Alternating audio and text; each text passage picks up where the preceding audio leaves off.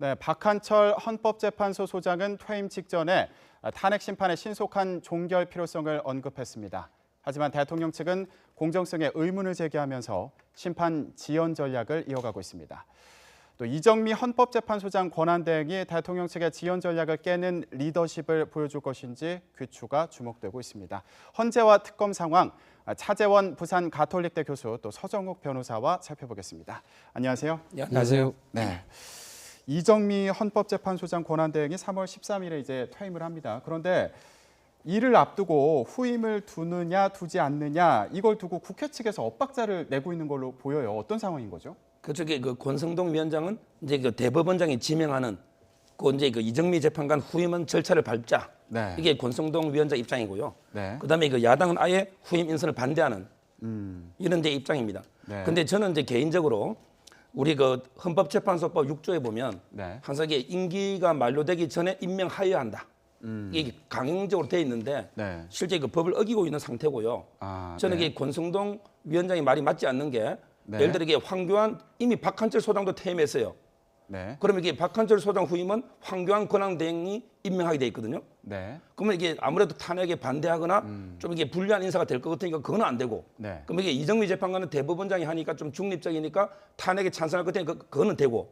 이건 이게 말이 안 되잖아요. 네. 임명을 하려면 두 분 공석을 다 하든지 네. 아니면 차라리 차기 정부에 다 넘기든지 네. 이게 맞는데 네. 저는 이게 그거 다 해야 된다고 보는 게 차기 정부 대선이 끝나고 2달이고 이게 임명하려면 이미 6개월 이상 공석이 2명이 됩니다. 네. 그런데 최소 의사 정족수가 7인이에요. 네. 지금 이게 헌법재판소에 사건이 수천 건이 계류되어 있습니다. 헌법소원이.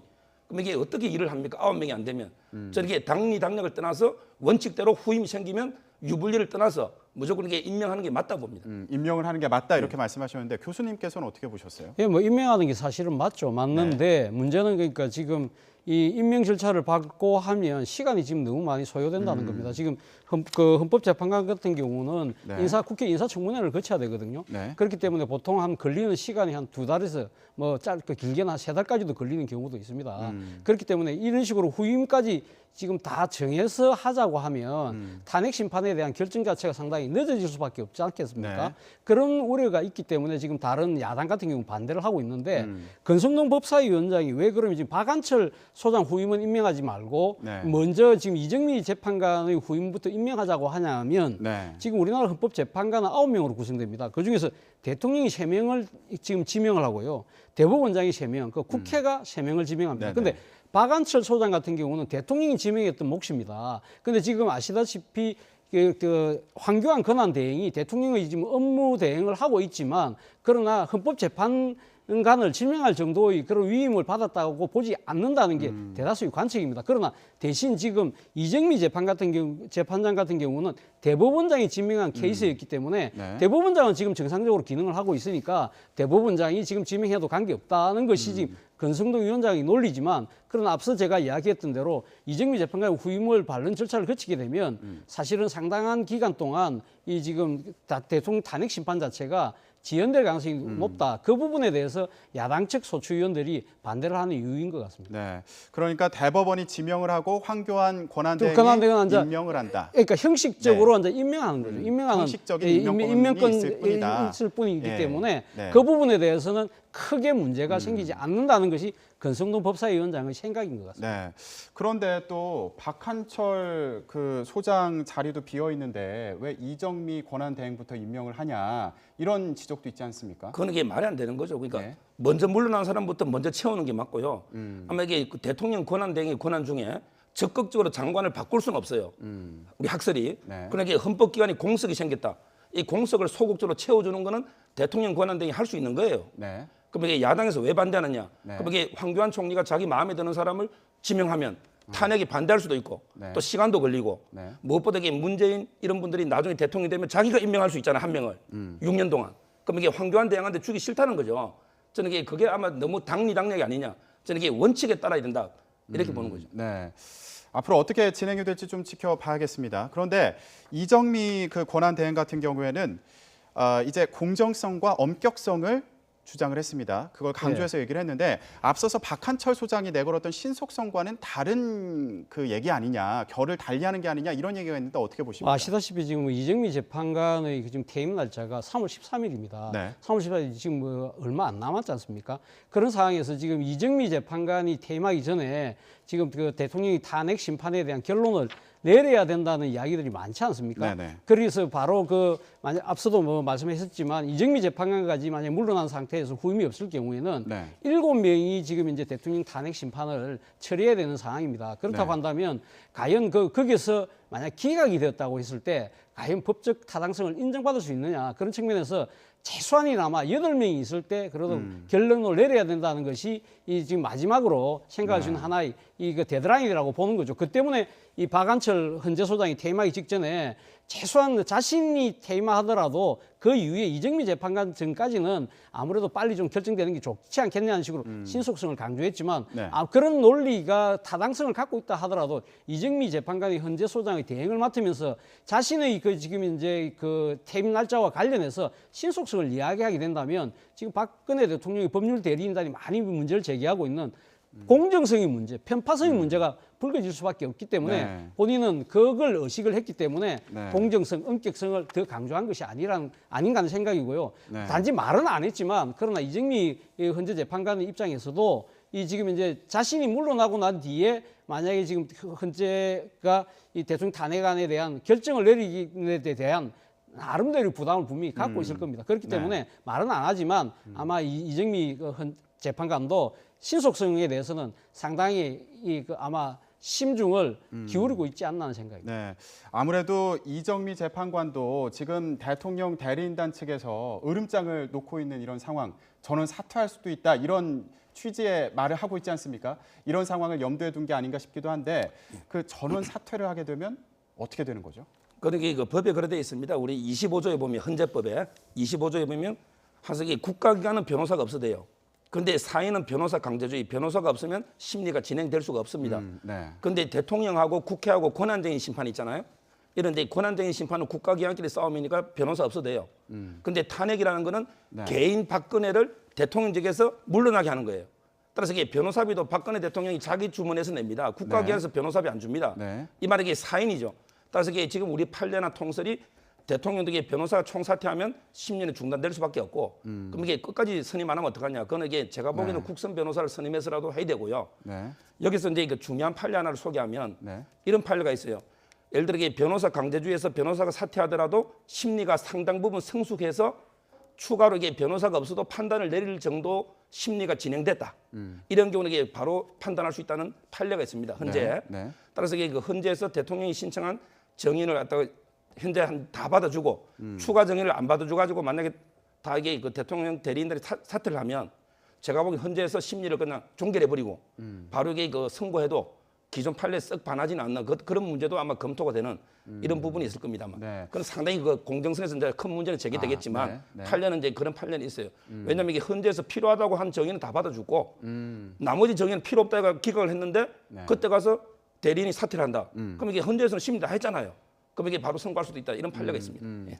그런데 지금 이제 증인 말씀을 하셨는데 이거 대통령 대리인단에서 요구하는 증인 다 받아주다 보면 이거 심리하는데 또 시간이 오래 걸리는 거 아닙니까? 그래서 지금 이제 헌법재판소에서도 아마 추가적으로 아마 정인이 신청된다 하더라도 이 아마 재판의 그 여러 가지 그 진행 속도나 또 이 그런 걸 봐서 이제 기회를 감안해서 아마 무더기로 받아주지는 않을 것 같고요. 아마 이정미 재판관이 지금 3월 13일 날 퇴임한다고 그랬는데 3월 13일 전에 퇴임하기 전에 만약에 결정을 내려야 된다고 한다면 보통 보면 이 판결을 내리기 전에 보통 한 그 헌법재판관들이 한 2주 정도의 이 판결 기간을 가진다고 그럽니다. 네. 그렇기 때문에 그 2주 전에 그러니까 변론을 마감을 해야 되기 때문에 지금 그 박범계 더불어민주당 의원이 판사 출신이지 않습니까? 네네. 그분의 말에 의하면 2월 14일 정도까지는 변론을 하되 그 이후로는 바로 변론을 마감하고 네. 바로 평의에 들어가서 판결문을 쓸 수밖에 없다. 그렇게 해야 3월 초에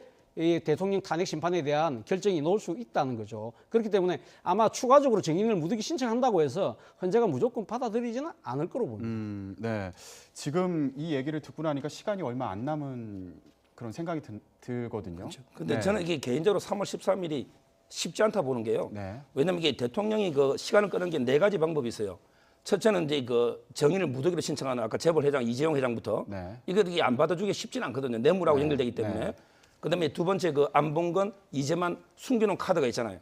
예를 들어 안봉건 이분이 14일에 나 출석하겠다. 네. 그럼 이게 안 받아줄 수 없잖아요. 그럼 또 지연되고. 그다음에 세 번째 대통령이 직접 또 출석하는 방법이 있어요. 네. 왜? 당사자기 때문에 이거는 진짜 안 받아줄 수 없거든요. 내가 출석하겠다. 그럼 이게 또 심리가 지연되죠. 마지막에 아까처럼 이게 저는 사퇴하겠다. 변호사가. 이런 이제 그 다양한 네 가지 이상 카드가 있기 때문에 네. 실제 그 3월 13일 전에 선고하려면요. 네. 한 2, 3주 전에는 심리가 끝나야 돼요. 네. 왜냐하면 이게 수차례 평의하고 판결문 쓰는데도 상당 기간이 걸립니다. 판결문이 100페이지 이상 나올 수 있거든요. 따라서 이게 저는 상당히 그 13일이 좀 쉽지는 않다. 이렇게 네. 봅니다. 지금 증인 얘기가 나와서 말인데 네. 고영태 씨도 최순실 씨 재판에 증인으로 참석을 할 것으로 알려졌습니다. 네. 헌재에도 증인으로 나올 수도 있다는 얘기도 있는데 예. 만약에 나온다면 네. 어떤 영향이 있을까요?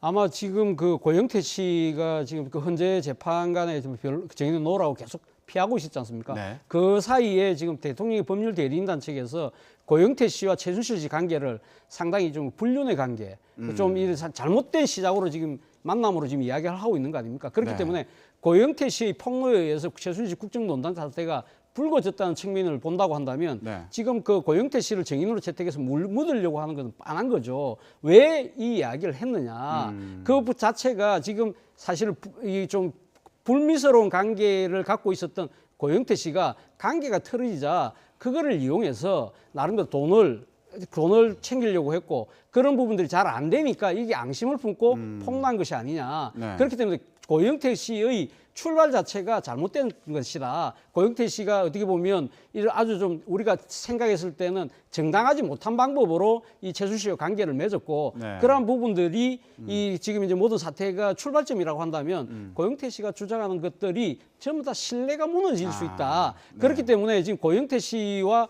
고영태 씨 주변에 있는 사람들이 최순실 씨에 관해서 이야기했던 부분 그리고 특히 고영태 씨가 지금 이 사무실에 나왔다고 하는 네. 최순실 씨 태블릿조차도 조작됐다는 그런 부분들을 대통령 법률 대리인단에서는 아마 네. 고영태 씨를 통해서 그런 진술을 받아내려고 하는 것이 아닐까 하는 생각입니다. 그렇기 때문에 고영태 씨가 나와서 만약에 법률 대리인단, 이게 대통령의 법률 대리인단의 그런 수에 말리게 되면 약간 좀 이 특검 수사나 앞서의 검찰 수사도 약간 신뢰성 자체에 대해서 국민들이 의아해할 수 있는 그런 네. 상황까지 갈 수 있다는 거죠. 그러면 특검 상황을 좀 보도록 하겠습니다. 압수수색을 어제 시도했지만 청와대 안에 들어가지는 못했습니다. 황교안 권한대행에게 공문을 보냈는데 이 국무총리실에서 온 반응이 그렇게 긍정적이진 않았어요. 앞으로 어떻게 전망하십니까? 그렇죠. 그 군사 시설은요 현장 책임자가 성인권자입니다. 그래서 이게 그 경호실장이나 비서실장이 맡고요. 네. 황교안 권한대행은 그 성인권자 법적으로 네. 그건 아니고요. 저는 이게 그 보통 이게 우리 언론 보도를 보면 이 부분 이게 뭐 군사 시설인데 국가의 중대한 기밀을 침해하느냐 안 하느냐 네. 이런 이제 논쟁만 하고 있잖아요. 물론 이것도 중요한 논쟁이지만 이거 말고도 이게 중요한 세 가지 쟁점이 또 있어요. 네. 뭐냐면 이게 첫째는 바로 대통령의 형사소추 특권입니다. 왜냐하면 이게 대통령은 뇌물이든 뭐 의료법이든 재직 중에는 이게 그 형사소추를 못 해요. 네. 그럼 이게 대통령 아직 탄핵 결론 안 났잖아요. 그럼 이게 소추도 못하는 걸 과연 이게 강제 수사할 수 있느냐 이런 논쟁이 아주 많습니다. 네. 저는 이게 개인적으로는 대통령을 체포나 구속은 못해도 압수수색은 이제 증거를 보존하는 거기 때문에 그 정도는 해야 된다는 게 제 개인적인 생각인데 네. 우리 헌재 판례는 대통령에 대해서는 이게 압수수색, 체포, 구속 네. 이게 모든 강제수사를 못한다. 이게 판례이기 때문에 특검이 이 논리를 또 깨야 돼요. 헌재 판례를. 네. 이런 쟁점이 하나 있고요. 네. 그다음 두 번째는 이제 그 영장 압수수색하려면 이게 범죄 혐의가 상당해야 됩니다.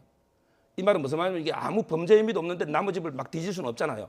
그럼 이게 예를 들어 세월호 7시간 압수수색하는데 예를 들어 이게 세월호 7시간이 범죄 혐의가 상당하냐? 예를 들어 이게 직무유기라는 거 아니에요. 네. 근데 직무유기는 항상 이게 바다에서 해경이 건진을 의무 있는 해경이 안 하면 직무유기죠. 그럼 이게 대통령이 과연 직무유기 세월호에 되는가? 네. 누가 봐도 상식적으로 그게 범죄가 안 될 것 같으면 압수수색도 하면 안 되는 거죠. 네. 왜냐하면 이게 범죄 혐의가 상당성이 없었기 때문에 그게 또 쟁점이 되는 거고요. 마지막으로 이게 그 압수수색의 비례 원칙.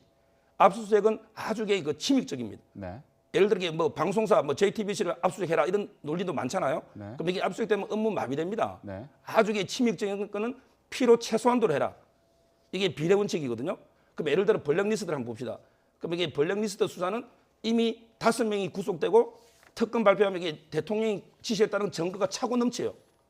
그럼 이게 굳이 압수수색 안 해도 근데 기소하면 되잖아요. 증거 차고 넘치니까. 네. 이 말에 이게 불필요한 굳이 안 필요할 때는 할 필요 없다는 이런 이제 여러 가지 그 압수수색의 한계 문제. 네. 특히 무엇보다 중요한 게 미국 헌법 4조에 보면 압수수색은 딱 이 물품을 하나하나 특정해야 돼요. 네. 우리 형소법 114조도 특정해야 돼요. 네. 근데 지금 관행은 안 그래요. 지금 이게 검찰이 발부한 법원에 발부해 줄 때는 일체 뭐 예를 들어 그 안에 있는 컴퓨터 안에 있는 범죄와 관련된 일체 뭐 자료, 또는 네. 그 사람이 작성한 모든 서류 네. 이런 식으로 이게 아주 포괄적으로 되어 있는데 이걸 우리 탐색적 압수수색을 합니다. 이게 불법이거든요. 네. 그런데 이게 관행이에요.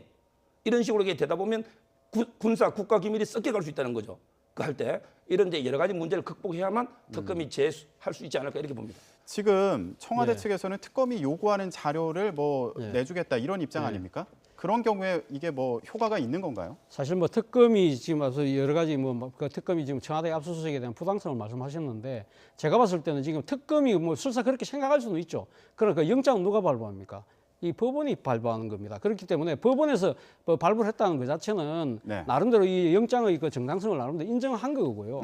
그리고 지금 이제 말씀하신 대로 지금 그 청와대에서 그럼 이미 제출할 거 받아들일 것이냐. 네. 어제 사실 뭐 그 특검이 가서 5시간 동안 이렇게 실랑이를 벌이다가 도로 서고 놓으면서 우리가 법리적으로 이렇게 지금 이제 저쪽에서 막으면 할 수 방법이 없다. 네. 그런 이야기를 했거든요. 그렇다고 한다면 그럼에도 불구하고 그런데 왜 청와대를 갔을까요? 그거는 제가 봤을 때 2가지 이유인데요. 첫 번째는 박근혜 대통령의 대면 조사가 지금 이제 2월 8일에서 한 10일 사이에 네. 지금 예정돼 있는데 지금 청와대가 압수수색까지 거부한 상황에서 박근혜 대통령의 대면 조사까지 거부하기가 애매해질 상황이 되지 않겠습니까? 네. 그렇기 때문에 아마 박근혜 대통령이 대면 수사를 압박하기 위한 수단이고 또 하나는 아까 방금 말씀하신 두 번째 이미 제출 자료입니다. 네. 이미 제출 자료가 청와대에 직접적으로 가서 강하게 그 청와대 압수수색을 요구함으로써 네. 거기에 대해서 결국 간처를 못 시켰지만 그러나 특검이 요구하는 정확한 그 아주 중대한 자료를 받기 위한 하나의 네. 압박이라는 거죠. 그 중대한 자료는 제가 봤을 때는 청와대의 이 전산 서버가 아닌가 하는 생각입니다. 네. 청와대 내에서 모든 이루어지는 공무적인 그 여러 가지 이 소통은 전부 다 어떻게 전산에서 보고도 되고 하기 때문에 청와대의 전산 서버에 상당의 증거들이 지금 이제 그 남겨져 있을 가능성이 상당히 높거든요. 네. 그렇기 때문에 아마 그 이미 제출을 바란다고 한다면 청와대 서버에 무슨 자료를 내놔라. 그러한 부분을 아마 요구하기 위해서 청와대를 압박한 것이 아닌가 하는 생각이기 때문에 아마 청와대가 과연 그 이미 제출 자료 요구 중에 네. 지금 이 그 특검이 요구하는 그 자료를 낼 것이냐 안 낼 것이냐가 하나의 지켜볼 관건이 아닌가 하는 생각입니다. 네. 특검에서 수사하는 사안 중에 또 중요한 거 하나가 바로 비선진료 의혹 아니겠습니까? 지금 뭐 압수수색이나 뭐 이런 대면 조사나 여기서도 중요하게 다뤄질 것으로 보이는데 김영재 원장 부인 박채훈 씨 저희가 아까 소식을 전해 드렸습니다. 구속이 됐는데 어떤 혐의로 지금 구속이 되어 있는 건지 결국 이제 지금은 현재 그 뇌물 공여, 네. 뇌물 공여인데요. 저는 이제 이거 제 경험에 의하면 이 정도 금액 가지고 이제 구속되는 경우는 거의 드물어요. 왜냐하면 이게 뇌물 수수가 이 정도면 구속돼요. 네. 수수는 이제 한 1,000만 원 넘으면 구속돼요. 그런데 뇌물 공여는 한 3, 4천 정도 공여돼서 구속되지는 않는데 네. 그럼 이게 왜 영장이 발부됐냐? 저는 2가지로 보는데 첫째는 이제 이거 여죄. 왜냐하면 이게 딱 선물이 밝혀진 거는 제가 보기에는 이게 빙산의 일각일 수 있잖아요. 네. 오랜 친분으로 보면 명절마다 뭐 우리 통화 내역을 들어봐도 따라서 이게 그 여죄 수사의 필요성이 있을 수 있고요. 네. 그다음에 두 번째는 어제 영장 실질심사 부인을 했어요. 계속 이게 대가성이 없다, 뭐 준 게 없다 부인하면 항상 이게 증거 인멸의 우려가 있잖아요. 네. 이게 있고요. 그리고 이게 마지막에 가장 중요한 게 뇌물을 이게 줌으로써 중요한 대가를 얻었어요. 바로 이게 연구지원비 15억을 받았는데 네. 이게 뇌물 같은 걸 주서 연구비를 받으면 그게 이게 별도로 또 사기죄가 돼요. 네. 그러게 큰 죄거든요. 따라서 이런 여러 가지 이제 그 요소가 있기 때문에 발부된 게 아닌가 이렇게 봅니다. 네. 그런데 지금 안종범 전 수석이 요구를 해서 자신은 뇌물을 준 거다 이렇게 주장을 하고 네. 있습니다. 이거는 왜 이렇게 주장하는 거라고 보십니까? 사실 이번에 저 녹취록이 나왔지 않습니까? 네. 그 녹취록이 두 사람의 그 녹취록 자체가 사실 어떻게 보면 그것은 제가 볼 때 안종범 수석의 휴대폰에서 나왔지 않았을 거라고 봅니다. 아마 박채연 씨가 아마 녹음을 한 것 같은데 그 녹음하는 이유가 뭐겠습니까? 틀림없이 아마 그 여러 가지 불미스러운 상황을 나중에 예상을 하고 난 뒤에 나중에 안종범 수석에 대해서 일종의 나름대로 이 자신을 보호하기 위한 하나의 수단으로 이래 지금 녹음을 해놨겠죠.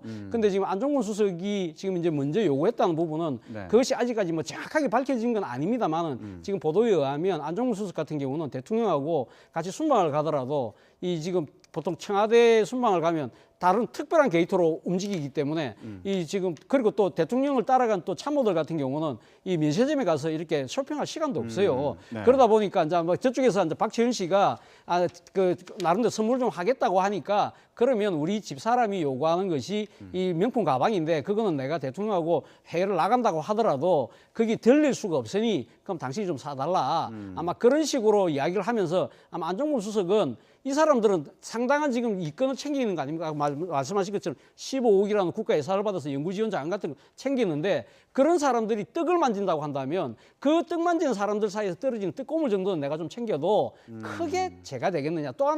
또 하나 경계를 낮췄던 건 하나는 대통령과 관련된 사람인데 이러한 사실들이 결국 무슨 들통이 나고 큰 문제가 될 것이냐. 나름대로 상당히 좀 안해하게 생각했던 것이 아닌가 하는 생각입니다. 네. 지금 뭐 박채훈 씨가 병원으로 이송이 됐는데 관련 화면 저희가 좀 보여드렸습니다. 관련 내용 또 들어오는 대로 계속 얘기를 해보도록 하고요. 이런 여러 가지 상황이 지금 대선 전국에도 영향을 미치고 있지 않습니까?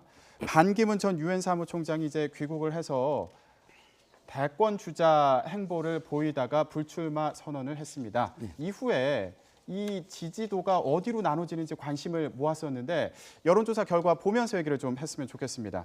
일단 문재인 전 민주당 대표 같은 경우에 32%를 차지를 했고 상승세를 보이고 있거든요. 어떻게 보십니까? 저는 이게 그 수혜자를 1, 2, 3위로 순위를 매기라면 1위는 이제 그 황교안. 왜냐하면 이게 반기문 후보가 일단 보수의 후보로 했기 때문에 황교안 저는 이게 그분이 가장 수혜자가 될 수 있고 그다음에 두 번째는 안희정. 왜냐하면 이게 안희정은 지역적으로 충청을 또 대표하기 때문에 약간 이게 중도 이미지도 있고요. 그다음 마지막 세 번째로 안철수. 왜냐하면 이게 안철수는 어차피 이게 같은 중도 그 색깔 또 그 부분이 중복되기 때문에 반기문하고 정치 교체 이미지도 비슷하고요. 이 세 분이 1, 2, 3위로 수혜자고 그리고 저는 이게 문재인 후보는 수혜가 전혀 없다 봅니다. 오히려 이게 그 반기문 총장하고 붙는 게 오히려 이게 본인한테 더 나았을 수 있고 오히려 이게 저는 낙마가 장기적으로는 본인한테 도움이 안 되고 오히려 이게 그 리스크가 될 수도 있는 이렇게 봅니다. 왜 그렇게 보시는 거예요? 그러니까 아까 말한 세 분 황교안, 안희정, 예를 들어 안철수 이분의 수혜를 보면 이분들하고 붙는 게 더 힘들죠. 왜냐하면 이게 반기문하고 본선에서 붙는 게 오히려 문재인 후보로서는 더 편했다는 거죠.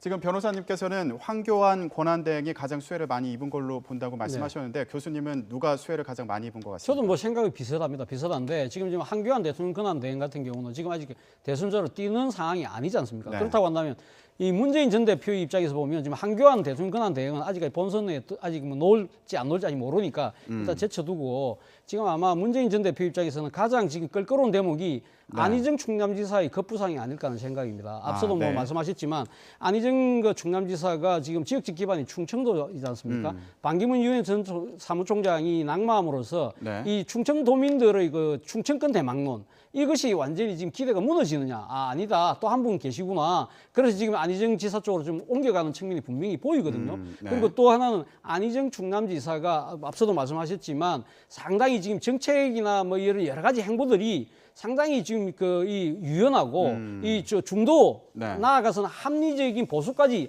아우를 수 있다는 그런 식으로 이야기하면서 지금 어제는 급기야 대연정 카드까지 들고 나왔습니다. 그렇기 때문에 이러한 부분들이 지금 이제 어떤 식으로든 이번 그때 민주당의 경선에서 상당히 이 안희정 지사가 급부상하는데 도움이 될 것이라는 생각이 들고요. 이것이 뭐 급기야는 과연 뭐 그럴 수 있을 것까지 많은 사람들은 그렇게 하겠냐고 생각하지만 우상호 원내대표가 무슨 이야기를 했냐면 2002년도 강주의 노무현 기적 같은 그런 상황까지 있을 수 있다는 이야기를 하고 있습니다. 그렇다고 한다면 문재인 전 대표 입장에서도 반기문 전 총장의 낙마로 마음을 놓기는 아직 이른 시점이 아닌가 하는 생각입니다.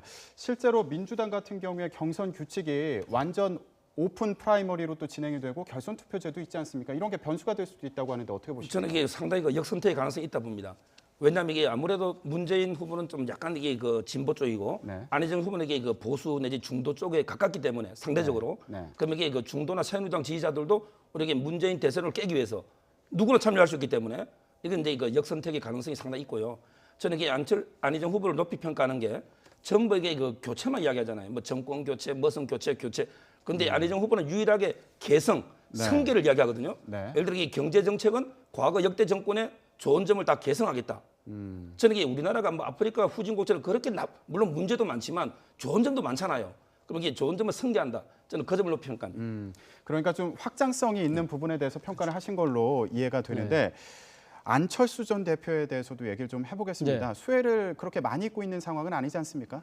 그렇죠. 사실 뭐 그 반기문 유엔 사무총장의 낙마를 상당히 강력하게 이 예측을 했던 분이 네. 안철수 그 전 국민의당 대표이기 때문에 사실은 어떻게 보면 그 반사적 이익을 받아야 됩니다만은 그러나 아직까지 안철수 전 대표가 지금 주장하듯이 이번 대선이 문재인과 안철수의 싸움이 되려고 하면 일단은 보수 후보가 안 나와야 되거든요. 네. 근데 지금 보수 후보를 안 낼 수 있겠습니까? 지금 당장 새누리당에서조차 한교안 대행을 내려고 하고 바른정당에 있는 유승민 의원이나 안경필 도지사도 그럼 포기하려고 하겠습니까? 이런 상황이라고 한다면 결국 이 대선의 구도가 3파전, 최소한 3파전, 나아가서 4파전까지 될 수도가 있다. 네. 물론 그렇죠. 그러나 3파전, 4파전이 되는 데서 막판에 가서 안철수 국민의당 대표가 이 보수 진영의 후보들하고 중도 보수 단일화를 이루어낸다고 한다면 안철수 전 대표가 상당히 지금 뭐 대선 고지를 가까이 갈 수 있지만 그까지 가기 위해서는 안철수 전 대표가 당장은 자신의 지지율을 끌어올리는 것이